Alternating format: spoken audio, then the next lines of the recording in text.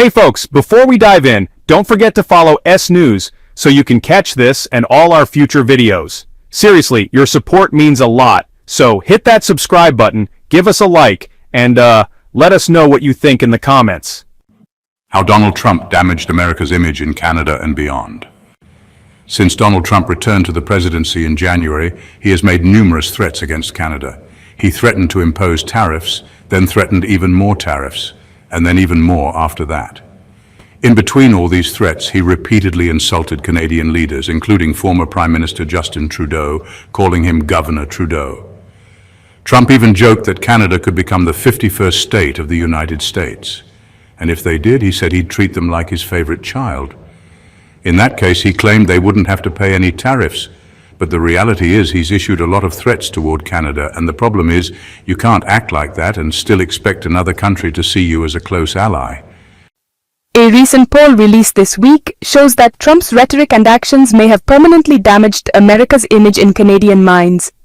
Yeah, and honestly, that's something a lot of folks up north are talking about right now. According to the poll, 59% of Canadians now say that the United States is the biggest threat to their country.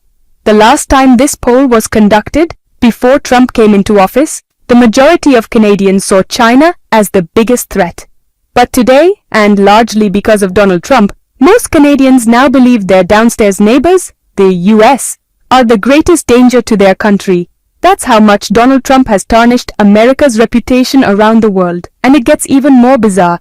25% of Canadians say the US is both their biggest ally and their biggest threat. A full quarter of Canadians are basically saying, look, we get it. We depend on America for help when we need it. But at the same time, they're also the biggest threat to our way of life. That's a sad reality. Even more striking is that these numbers are nearly identical to what the same poll found among people in Mexico. There, 68% said the US is the biggest threat to their country. Meanwhile, 20% said the US is both their top ally and their top threat. So to put it bluntly, our neighbors to the north say we're their biggest threat. Our neighbors to the south say the same thing. We rely on both Canada and Mexico. In fact, the US has a trade deficit with both countries. We import more from them than they import from us. That's just how the system works. I believe we definitely have a trade deficit with Canada. I'm not 100% sure about Mexico. Don't quote me on that, but the point is, we need them. They need us. And right now they're beginning to fear and dislike us. Canadian tourism to the United States has dropped this year. It's the lowest it's been since the COVID era. According to another report, Canadian investment in the United States is also down. They're holding back their money, they're holding back their tourism, and frankly, they're afraid of what we might do to them. You know that old saying, good fences make good neighbors? Well, we don't have those good fences right now. What we have is a power-hungry leader who wants to feed Mexicans to the alligators in Florida and absorb Canadians under his rule, kind of like Putin in Ukraine. This isn't something that just fixes itself overnight, and it's not something we can just ignore or dismiss. This matters.